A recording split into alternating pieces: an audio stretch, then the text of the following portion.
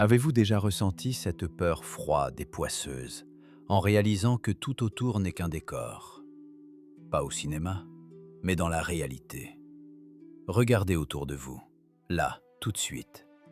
Observez les bâtiments que l'on qualifie de patrimoine historique. On nous a menti toute notre vie sur qui nous sommes et d'où nous venons. L'histoire officielle craque de toutes parts, et ce craquement est perceptible par quiconque a déjà visité un ancien palais ou un musée. Vous avez été trompé, cruellement et cyniquement. Et le plus drôle, c'est que la preuve de cette grandiose falsification est sous les yeux de tous. Elle est si évidente que notre cerveau refuse simplement de l'apercevoir, se protégeant de la dissonance cognitive. Il s'agit des lits, de ces couchettes minuscules, presque enfantines, des grands rois et empereurs, qui, selon la légende, régnaient sur la moitié du monde. Vous êtes-vous déjà demandé pourquoi, dans des salles au plafond de 5 voire 6 mètres de haut, où les embrasures de portes s'élèvent à 4 mètres, on trouve des lits d'une longueur de seulement 150 ou 160 cm? Ce n'est pas qu'une absurdité, c'est une preuve. Les historiens, ces gardiens de la matrice officielle, nous abreuvent de fables selon lesquelles les gens étaient plus petits autrefois. On nous dit que la taille moyenne d'un homme au XVIIe ou XVIIIe siècle atteignait à peine 160 cm. Mais permettez, s'ils étaient si petits, pourquoi leur faudrait-il des portes où un cavalier peut entrer à cheval sans baisser la tête? Pourquoi des marches d'escalier d'une telle hauteur qu'il n'est confortable de les gravir que pour une personne ayant des jambes d'1 mètre ou plus? C'est là que le plus intéressant commence. On essaie de nous convaincre d'une théorie absurde, selon laquelle les rois dormaient assis, prétendument pour éviter que le sang ne monte à la tête, ou pour ne pas confondre le dormeur avec un mort, ou encore pour une meilleure digestion.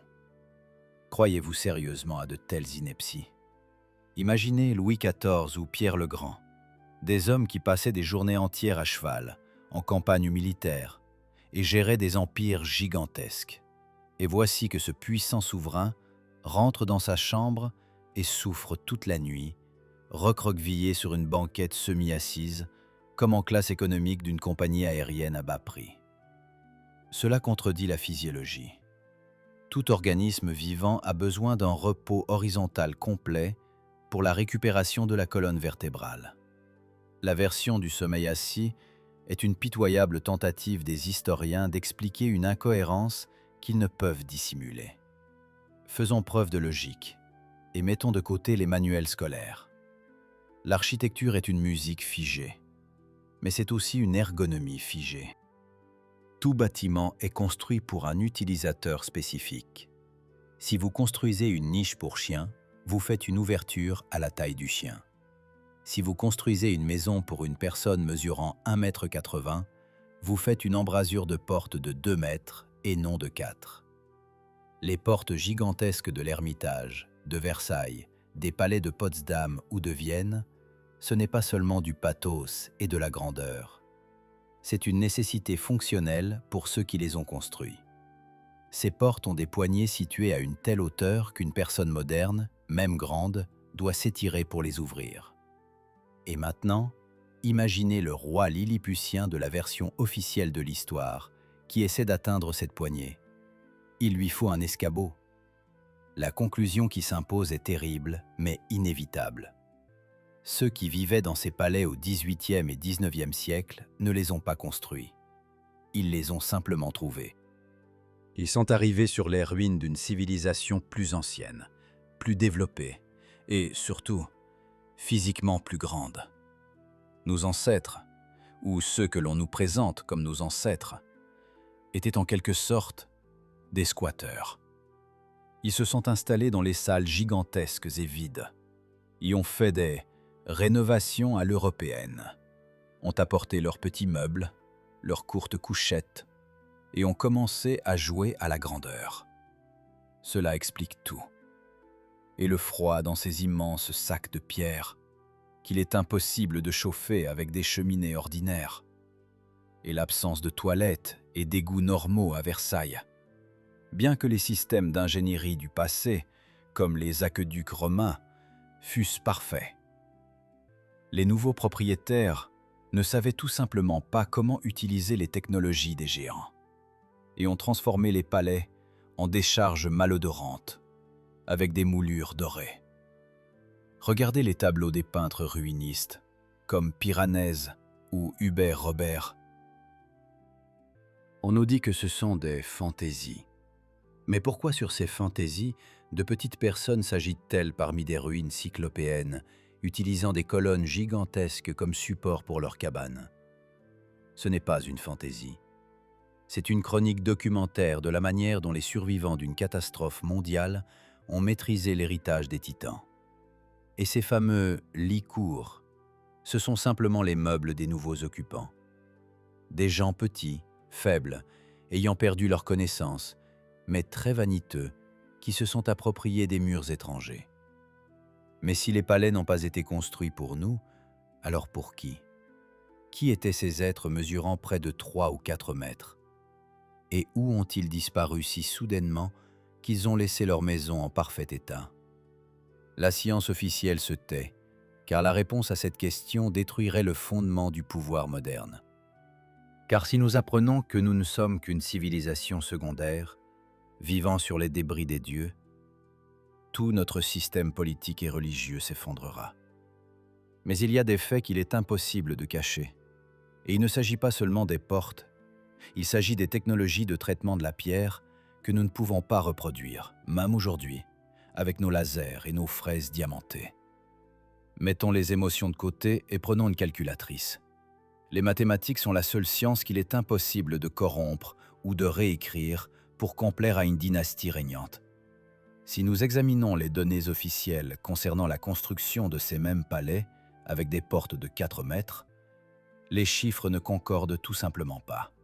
On nous dit que Saint-Pétersbourg, cette ville de géants, a été construite de toutes pièces sur un marais au début du XVIIIe siècle. Imaginez la scène. Des milliers de paysans en laptis, armés de pelles en bois et de ciseaux en cuivre, créant la géométrie parfaite de la cathédrale Saint-Isaac.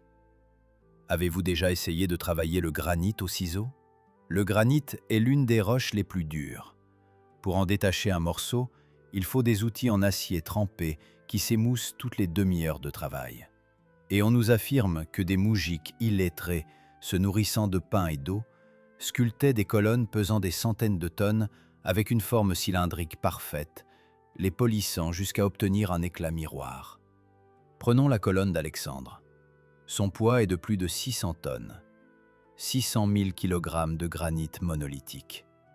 L'histoire officielle raconte que ce monument a été taillé dans la roche à la main, traîné sur le sol, puis levé et installé sur son piédestal en moins de 2 heures à l'aide d'un système de cordes et de poulies en bois. Les ingénieurs et les physiciens qui ont vérifié ces calculs s'arrachent les cheveux. Pour soulever un tel poids en utilisant les technologies du XIXe siècle, il aurait fallu une telle quantité de cordage qu'ils n'auraient tout simplement pas pu tenir sur la place du palais.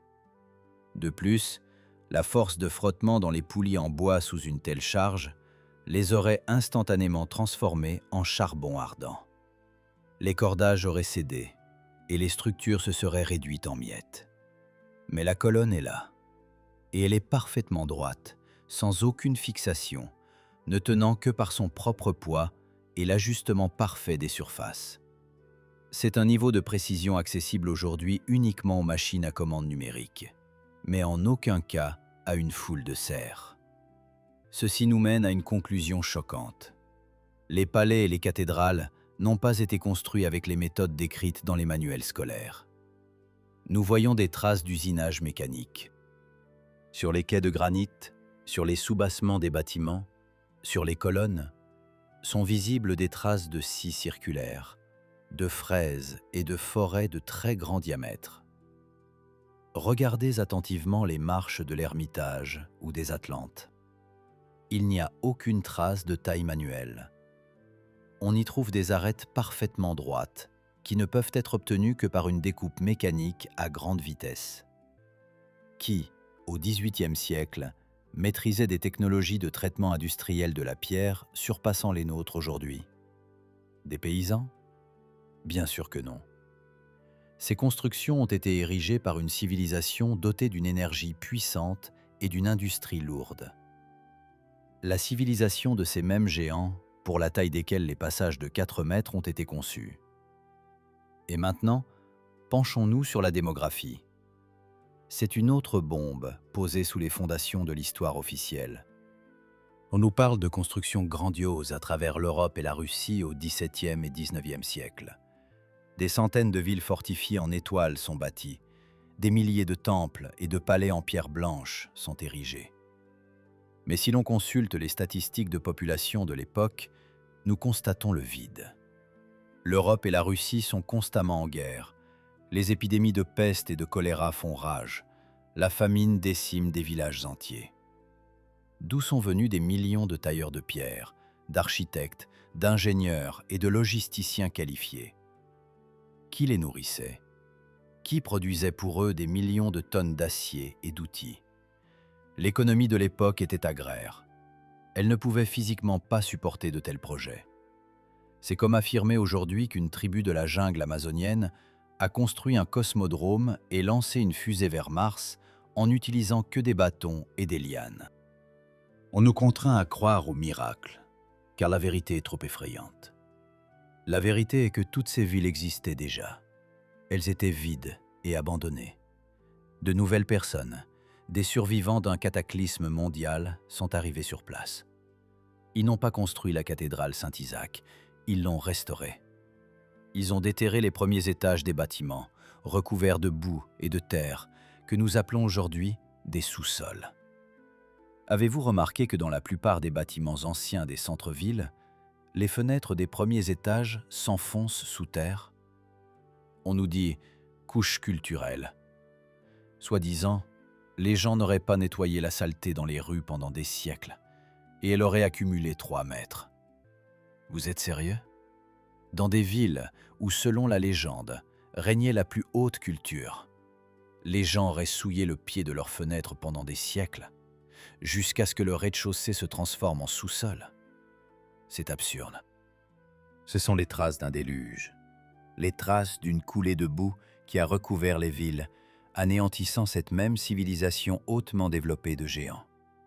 Et c'est précisément pourquoi les lits sont courts. Les nouveaux maîtres de la vie, ayant colonisé ces ruines majestueuses, étaient de taille normale, comme vous et moi. Ils se sentaient mal à l'aise dans les immenses salles. Ils ont érigé des cloisons, abaissé les plafonds, inséré de petites portes dans des arches gigantesques. Ils ont apporté leurs propres meubles, faits de planches, car les technologies de création d'objets éternels avaient été perdues. Les lits courts dans les palais sont un symbole de dégradation. C'est un marqueur du fait que nous vivons dans un monde post-apocalyptique, sans même nous en rendre compte. Nous marchons sur les ruines d'une grande époque, les considérant comme nos propres réalisations. Mais en réalité, nous ne sommes que des locataires qui ne savent même pas qui a construit cette maison.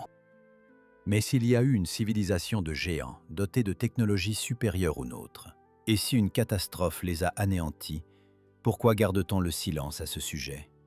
Pourquoi les historiens défendent-ils avec tant d'acharnement la version des paysans en Lapti et de la couche culturelle? La réponse réside dans la nature même de la catastrophe et dans l'identité de ceux qui sont arrivés au pouvoir après elle. L'histoire n'est pas une science du passé. C'est une arme dirigée contre votre conscience dans le présent. Celui qui contrôle le passé contrôle l'avenir. Et pour maintenir le pouvoir sur de vastes territoires et les richesses qui s'étaient appropriées, les nouveaux maîtres du monde ont dû commettre le plus grand des crimes: effacer la mémoire de toute l'humanité. Vous êtes-vous déjà demandé pourquoi la chronologie officielle est si confuse et contradictoire? Pourquoi les âges sombres se sont-ils étendus sur des siècles sans aucun progrès, puis soudain, une explosion? La Renaissance, la révolution industrielle, les gratte-ciel. La réponse est simple. Il n'y a pas eu d'âge sombre. Il y a eu une pause artificiellement insérée. Un temps fantôme, destiné à allonger l'histoire et à cacher le fait que l'Antiquité était très récente. Observez attentivement les gravures, les monnaies et les documents anciens des XVIIe ou même XVIIIe siècles. Faites attention à l'écriture des dates. Très souvent, la lettre latine I ou J précède les chiffres.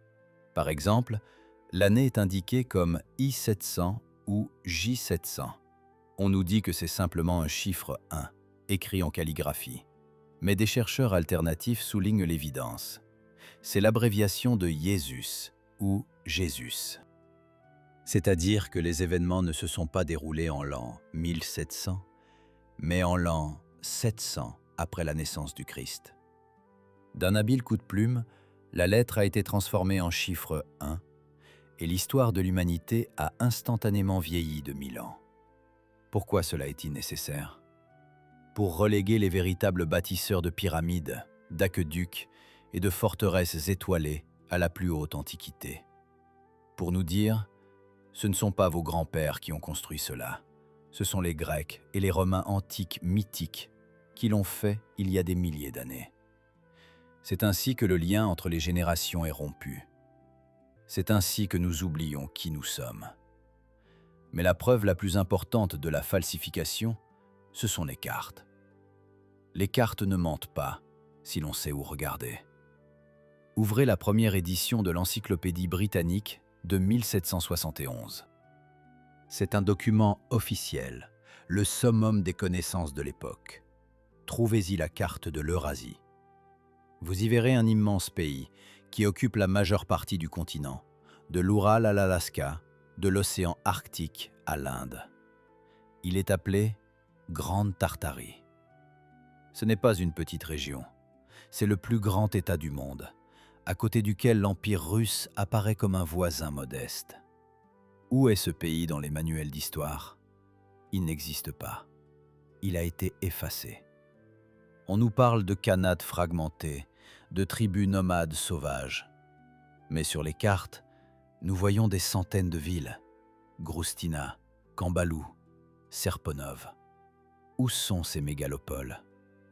L'histoire officielle qualifie la guerre avec Emelian Pougatchev de révolte paysanne. Mais une révolte paysanne nécessite-t-elle une armée régulière, de l'artillerie et un redécoupage des frontières après la victoire? Non, ce fut une guerre mondiale. Une guerre entre l'Empire Romanov pro-occidental en pleine ascension, qui en fait était une administration d'occupation de l'Europe, et les vestiges de cette même ancienne et gigantesque empire de Tartarie. Les Romanov ont gagné, et la première chose qu'ils ont faite fut de réécrire l'histoire. La Tartarie a disparu des cartes, ses villes ont été détruites ou renommées, et ses habitants ont été déclarés rebelles illettrés.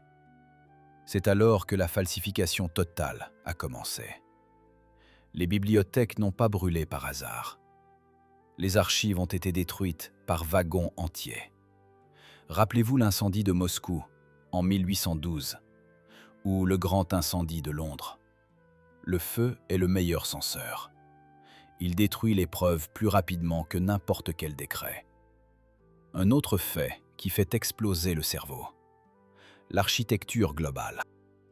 N'avez-vous jamais remarqué que le Capitole à Washington, la cathédrale Saint-Isaac à Saint-Pétersbourg, le Reichstag à Berlin et le Panthéon à Paris semblent avoir été construits par le même architecte? C'est ce qu'on appelle le style antique. On nous dit que c'est une imitation, mais c'est un mensonge. Il est impossible d'imiter avec une telle précision et une telle perfection technologique sur différents continents sans avoir un centre de commandement unique, Internet et des plans. Ces bâtiments sont l'héritage d'une civilisation mondiale unique. L'Antiquité, ce n'est pas la Rome et la Grèce antique. L'Antiquité, c'est ce monde qui existait avant la catastrophe. C'était un monde global, avec un langage architectural unique, un système énergétique unifié. Ces mêmes colonnes et dômes ne sont pas seulement un décor, mais des dispositifs techniques. Et un réseau de transport unifié. L'Australie, l'Amérique, l'Afrique.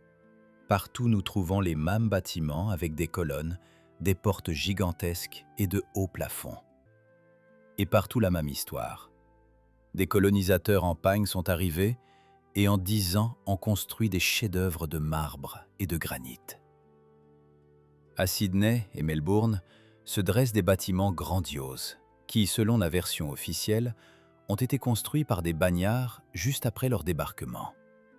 Sérieusement, des forçats, exilés au bout du monde, se mettent d'abord à ériger des bureaux de poste et des parlements avec des colonnes corinthiennes et des moulures complexes? Non, ils ont simplement occupé des villes désertes. C'est une prise de contrôle mondiale de l'immobilier d'une civilisation disparue. Nous vivons dans un monde qui ne nous appartient pas. Les autorités connaissent la vérité. Elles savent que leur légitimité ne tient qu'à un fil. Si les gens apprennent que tous les États modernes sont en fait des maraudeurs sur les ruines de la Tartarie, la question se posera: qui vous a donné le droit de nous gouverner?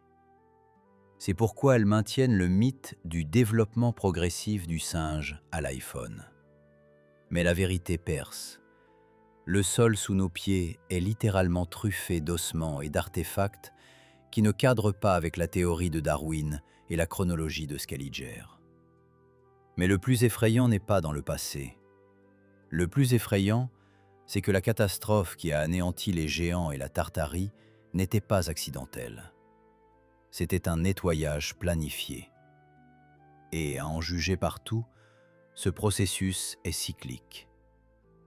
Parlons de la façon dont la population a changé, d'où sont venus les gens sans mémoire de leurs origines, et pourquoi la boue qui a enseveli les villes a une composition si étrange. Êtes-vous prêt à découvrir la vérité sur la façon dont nous avons été transformés en biomasse obéissante? Nous en sommes arrivés à la partie la plus sombre et la plus physiquement palpable de notre enquête. Si les faits précédents pouvaient être attribués à des erreurs de copistes de l'histoire ou à des bizarreries de la mode architecturale, la terre sous nos pieds ne sait pas mentir, au sens propre du terme. Sortez dans la rue, prenez une pelle et creusez dans n'importe quel centre historique de n'importe quelle ville du monde. Que ce soit Moscou, Kazan, Prague ou Rome, que verrez-vous? Vous verrez des mètres d'argile ou de limon homogène, sans humus, sans trace d'activité humaine, sans déchets. C'est une roche pure et stérile qui a recouvert les premiers étages des bâtiments d'un linceul épais. On nous dit que c'est une couche culturelle. Mais tout archéologue sait qu'une couche culturelle croît à la vitesse d'un centimètre tous les 100 ans et est composée de cendres, d'ossements, de tessons et de matière organique. Or ici, nous voyons 3, 4 et parfois 10 mètres d'argile pure qui a enseveli les fenêtres et les portes. Ce phénomène est appelé par les chercheurs alternatifs le déluge de boue ou mud flood. Ce n'est pas seulement une inondation, c'est la conséquence de l'utilisation d'une arme géotectonique ou atmosphérique d'une puissance incroyable. Pensez à une onde de choc qui transforme le sol en liquide, soulève des millions de tonnes de terre dans les airs, puis déverse cette avalanche de boue sur les villes. Les bâtiments ont résisté grâce à leur solidité cyclopéenne, mais ils ont été enterrés vivants. C'est pourquoi les entrées de l'Ermitage ou du musée Polytechnique se trouvent sous le niveau du sol. Ce ne sont pas des sous-sols, ce sont les anciennes entrées principales pour ces mêmes géants. Quant à nous, les habitants actuels, nous avons transformé les fenêtres du 2e étage en portes et nous marchons sur les toits d'un monde enseveli, sans même en avoir conscience. Il y a un autre témoin qui se tait, mais son silence est assourdissant. C'est la forêt. Vous êtes-vous déjà promené dans les vieilles forêts russes ou européennes? Regardez attentivement. Vous n'y trouverez pas d'arbres de plus de 150 ou 200 ans. La botanique officielle affirme que les chênes ou les pins peuvent vivre des centaines d'années. Mais alors, pourquoi nos forêts ressemblent-elles à de jeunes pousses? Où sont les géants séculaires à 3 embrassades qui devraient se souvenir du temps d'Ivan le Terrible? Ils n'existent pas.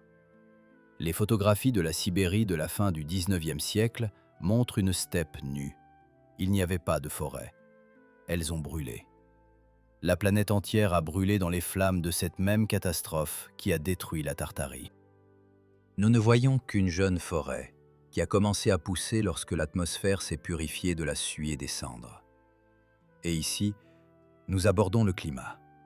Les palais avec des fenêtres de 4 mètres et des portes gigantesques ont été conçus pour un autre monde.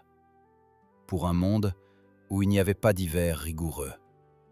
Les plans originaux de nombreux bâtiments anciens ne comportent pas de poêles ni de cheminées.